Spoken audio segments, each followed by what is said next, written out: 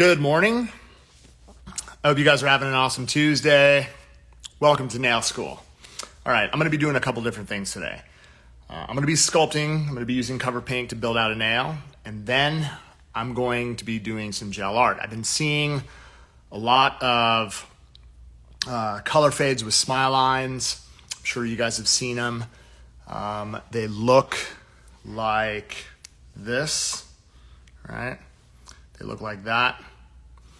All right, so I'm gonna show you a technique that's gonna be able to lay that ombre down fast, right? With a couple different tools, you're gonna be able to execute this design with precision and speed. I feel that when you're using gel paint, it's a lot faster than gel polish because you don't have to sit there and play around with it. There's a way to get the ombre to fade fast. I'm gonna show you guys. All right, so let's go ahead and prep this and get it ready for application. All right, so first thing I'm going to do is, let me just go ahead and get dialed in here, sorry. All right, so what we want to be able to do is remove shine from the surface of the nail, push back cuticles, and then what I'm gonna do is use my electric file to gently remove shine.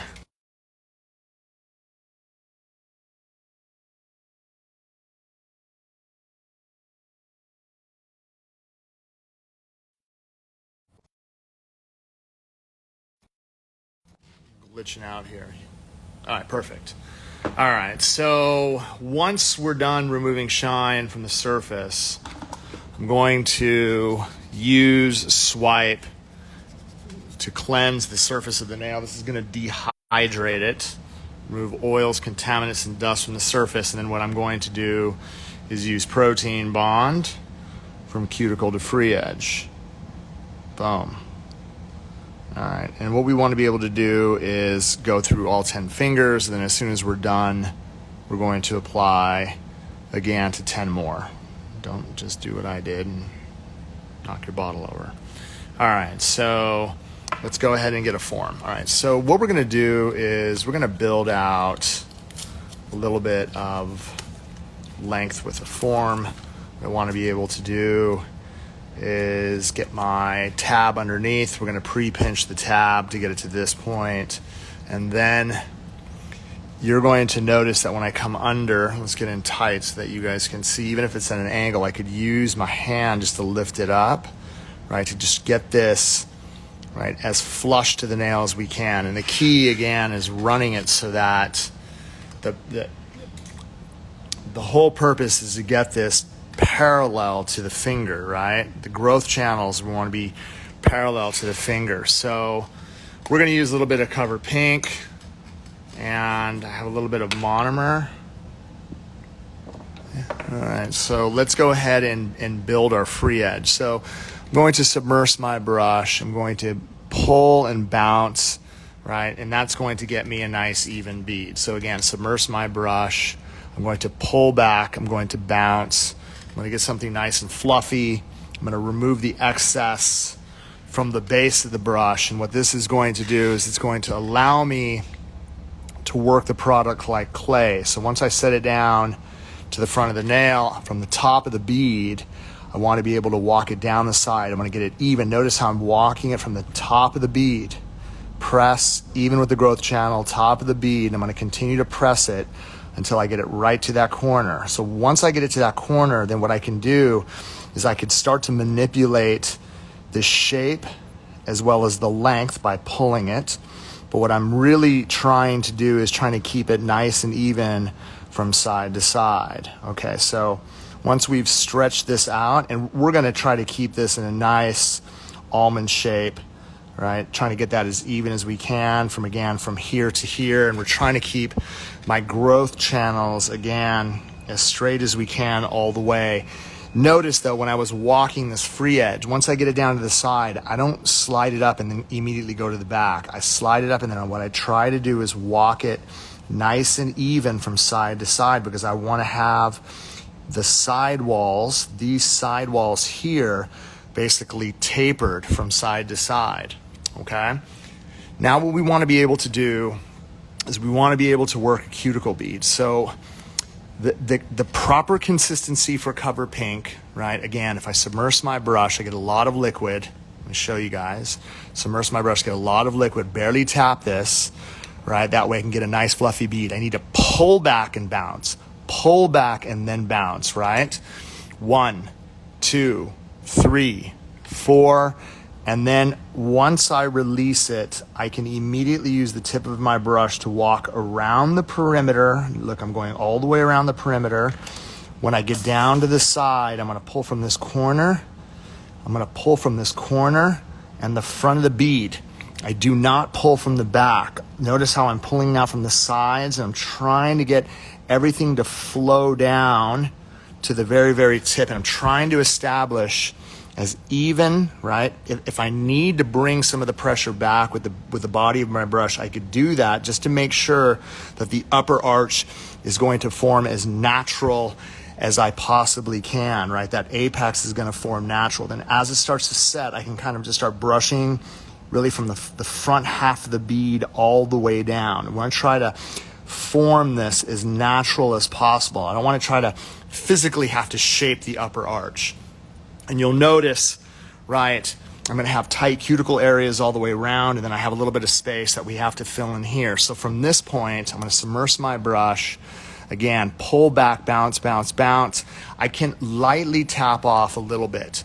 I'm gonna set it in between, right, the free edge and the cuticle bead. I'm not gonna pull it. I'm going to walk it from side to side. Look at how I'm using the body of the brush, walking it from side to side as I'm bringing that excess all the way down to the very, very tip, right? This is going to secure it. It's going to fill in all that negative space. It's going to make sure the front end is the proper thickness as I'm walking from side to side. I can choose to brush lightly back if I want to bring some of that excess back. But what I'm really trying to do is use the body of the brush, right, so that I have great, and then once it starts to dry, then yes, I can really start to use the side of the brush, and notice I'm constantly walking over, lightly brushing now just because everything is starting to set, trying to make everything as even as I possibly can. And you can see from the side, I have great upper arch, I have great extension, again, from here to here. These are the fundamentals that we're going to be working on for all of you guys that are going to be coming out and taking the 1-week course. For all of you guys that are signed up in October, I could promise you one thing. When you leave, you're going to be doing this, right? You're going to be doing this well. All right, so we're going to allow this to dry. And while we're letting this dry, I'm going to set up a couple different things.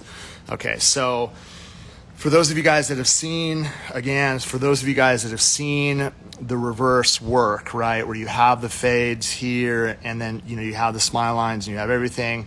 Again, beautiful. I've seen a lot of the ombres that are out there. You can choose to use similar colors, I mean, honestly, to be able to execute, but I'm going to be using Mission Control, right? So what I'm going to do is I'm going to get a tile. I'm going to break out, all right, some of this beautiful orange onto the tile. This is Taser. And then what we're going to do is we're going to take a little bit of solar, all right, solar and Taser. All right, I'm just going to bring a little bit out. This one's almost empty. All right, we have a lot of new colors that we just brought out as well. So for those of you guys that have a lot of the new Mission Control colors from the last sale, this is a great way for doing it. Now, again, I've seen this done with gel paint, gel polish, and beautiful. A lot of killer artists out there doing the designs.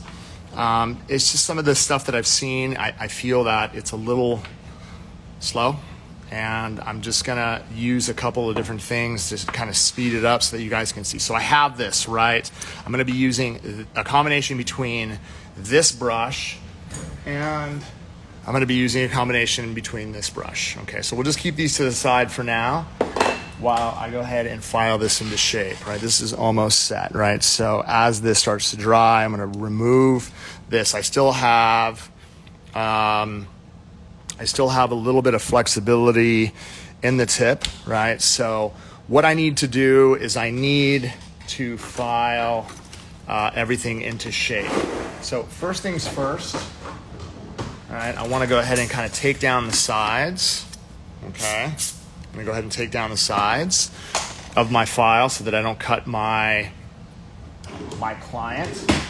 And I'm going to make sure that we're just going to really kind of we're going to try to make this, you can see I'm only really focusing on the blue side of the brush. For all of you guys that were in the shaping class yesterday, you notice that I'm keeping contact like on the sides, right? Because I'm trying to swivel it down to the center, right? So if you're looking at the nail from here, what we're trying to do is really get an even structure from the left side to the center and from the right side to the center. And what you'll notice is that I build a very, very straight shelf onto the side.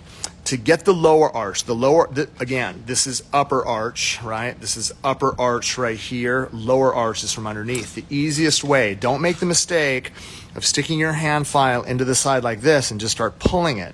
If you end up doing that, what ends up happening, right? If you have your nail like this, the last thing you want to do is build a hitch right here in the corner. You don't want that to happen. So to prevent that hitch from happening, the easiest thing to do is turn the hand to the side, right? So if the customer's hand like this, turn the hand to the side. And then what you're going to be able to do is you're going to be able to line the file parallel to the finger and start from the lowest point in. So you're going to notice this side. Let's go to this side. This side's hanging like crazy, right? You can see like, oh, dang, that's a lot. So I'm not going to start from that corner and bring it in. I'm going to start from here. Check this out. I'm going to start from parallel to the finger, right? I'm keeping pressure on her upper arch, and as I file up, right, you're going to look at this. I'm keeping it straight, right? So as I'm filing up, what's going to end up happening is I will eventually reach the end of that growth channel, and I'm going to be able to build razor sharp lower arches. Okay, again, this is shaping is really what's going to set your work apart from everybody else. If you guys are building picture perfect structures all the time, when your customers are looking at the nails that you do, and you have extensions that are coming out, they don't have hitches, and you have great natural arches, and they have amazing strength, looks like it belongs on the cover of a magazine, I'm telling you, dude, you're going to be able to charge way more for the work that you do. Okay, I don't really have that much here. Take a look. The lowest point is here. I need to file up until it gets to that point, right? So if you're looking at this from the side, if the lower arch was hanging down like this, I'm not putting it into the corner and trying to file like this. I'm starting from here. And then what I am doing is slowly filing until the file reaches the end of the growth channel all the way out. Yeah, that's an aha moment, I know, for some of you guys that are out there, right? It's like, oh, that's how you do it. Yes, that is how you do it. All right, so what we're going to do is we're going to line our file right here. I have contact. Notice that I'm filing up. Boom. Look at that. Absolutely perfect. All right, so once the sides are filed, then what we're going to do is we're going to get our electric file. I'm going to go ahead and switch this out to my safety bit. Okay, I'm going to keep a little bit of length here. And the reason why is because I don't want the front end of the nose to hit the top of the nail while I'm filing. If I have it too close, sometimes the nose will hit it. Now you'll notice as well when I'm working it like a pen, right? So what I want to be, and I'm not holding the hand like this because then my hand gets in the way like this. I need to be in an overgrip position so that my pinky is here and my thumb is on the opposite side, being able to maintain great balance. I'm going to turn the electric file up to about 12,000 RPMs, and then from the side profile, look, for those of you guys that don't understand what has to be done when you're filing, since I am right-handed, if I am filing this nail right here, all right, I need to make sure that I follow the I formation roadmap, right? So this part right here is going to be this part right here. Check this out. Going to be able to shape my upper arch right? You can see the thickness that I have here. Look at that. I'm going to be able to really kind of taper that down and trying to get that beautiful upper arch into position, right? Done. Now, this part here is everything below the smile line. So it's going to cover this whole area so that I could get my C curve nice and even. So I want to be able to look down the barrel of the nail, right here, down the barrel of the nail. And then as I'm looking, I'm not concerned whether this part of the lower arch is even or not. This file, as you can see, like just a couple touches and it's perfect. But you can see how flat that shelf is. So what I want to be able to do is work in one direction towards myself, right? So that I could get the C curve absolutely even on the sides. I want to be able to do this side as well. That shelf you see right there, boom. What I'm going to be able to do is get that absolutely even from side to side on the very, very front end so that we can get, look at that. Look at how awesome and perfect that ends up looking. Now, this part right here is the cuticle area. I'm not trying to file it flush. I'm just trying to reduce the bulk. So if I have my finger in this position, I'm using zone 1 of the barrel to reduce the thickness, right? That way, when I'm using my hand file to come around the perimeter of the nail, I don't have to worry about, again, trying to file it away. Okay, now, all I'm left with, again, is this space right here. All I have to do is file in one direction towards myself. So look, for those of you guys that don't know how to use an e-file, this is not correct. This leads to this. This leads to this. Right? So for all of you guys out there who are like, oh yeah, I see my nail tip going side to side. And I'm like, yeah, it's probably like going around the world as well. If you're learning to use this roadmap, you will all learn how to work the file. I'm right-handed. I'm working towards myself as I'm pulling through the body. I never have to worry about the barrel skipping. All right, so once the majority of the product is filed, then what we want to be able to do is split it in half. I need to make sure that we're getting tight cuticles, right? I don't want ledges. So I'm going to run around the perimeter, and look at that. You can see how tight that ends up becoming. Then what we want to be able to do is split it into two parts. I'm going to hold my hand file here on top. You're going to notice I'm literally just filing down at an angle. This is going to taper everything down. I'm going to be able to use my whole file to be able to get that side absolutely flawless. And then this side here, I'm not pulling this way. I want contact going up as I slide. Contact, contact, contact, contact, contact, contact, contact, contact, contact, all the way through. And then last but not least, what I want to be able to do, right? I want to be able to take this and I want to be able to look down this profile. So this is where we're going to make sure that we're going to get it absolutely perfect from side to side. I'm going to make a peace sign. I'm going to rest the file in between my knuckles. I'm going to hold my thumb. I'm going to rest it on the surface. And you're going to notice that when I rest it, I'm looking down that barrel right there so that I can get it absolutely sick even. Sick even. My vernacular's way too SoCal. All right, so you're going to notice, boom, like look at that. Dude, you see? You see how you're going to be able to work this into absolute flawless perfection? Take a look at the C curve underneath. You can't even tell. Look at that. Dude, if I ran my hand file underneath right here, dude, look at that, right? How even that is all the way through. However, I have all that C curve underneath. You just can't see it because of the shape. All right.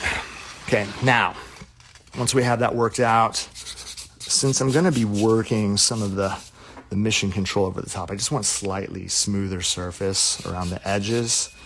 And then what I'm going to do is take, swipe, and I'm going to clean it, okay? All right, so we have a surface to work off of. Now what we're going to do is we're going to do our design, right? Let's go ahead and crush that design so that you guys can see how this works. I felt it was really important for me to build the nail first before we actually got into doing the design. I could have just put a tip on, but then that takes away from the whole purpose of me teaching you guys how to do nails for a living. All right, so we're going to take protein bond, and what I want to be able to do, I just want to make sure I get all the dust off, and I'm just going to just kind of, for me, it's very important that I don't get chipping around the edges, so I just kind of run a perimeter pull all the way through, and then here's the key, okay? If we need to get our brush, and then what I'm going to do, I'm using a gel brush, so I'm going to flatten this out, okay? Watch this. Since I need it on this side, I'm literally going to scoop a little bit of orange on this side, and then I'm going to scoop a little bit of yellow on this side, right? So what ends up happening, right, as I pull through, you can see that I'm going to be able to create, right, that really wicked kind of blend between the two colors. And then before I stick it inside the lamp, what I can actually do on this first coat is take the yellow and then just make sure that I'm getting it as close to the edges as I possibly can, right? Boom.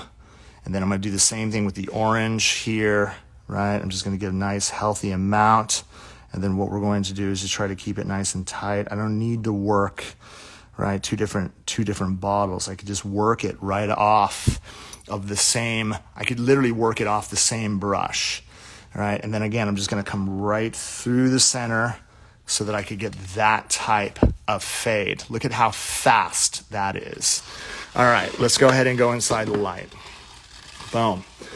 Okay, so we're going to set that inside the light, I'd say for about, again, as long as it takes you to do the other hand. The best part about working this paint is that it doesn't move, right? It's not like I have to work it out of a bottle.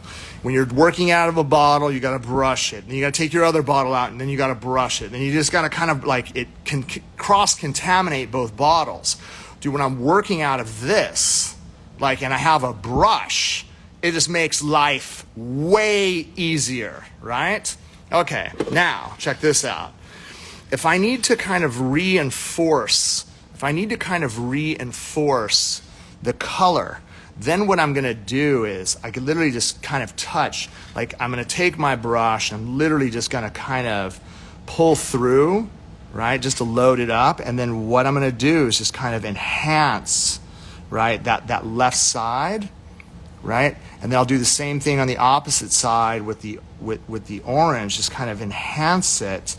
And then again, through the middle, I just kind of want to kind of blend through. So again, I'm trying to get that yellow as tight as I can. Look at that fade. That looks sick.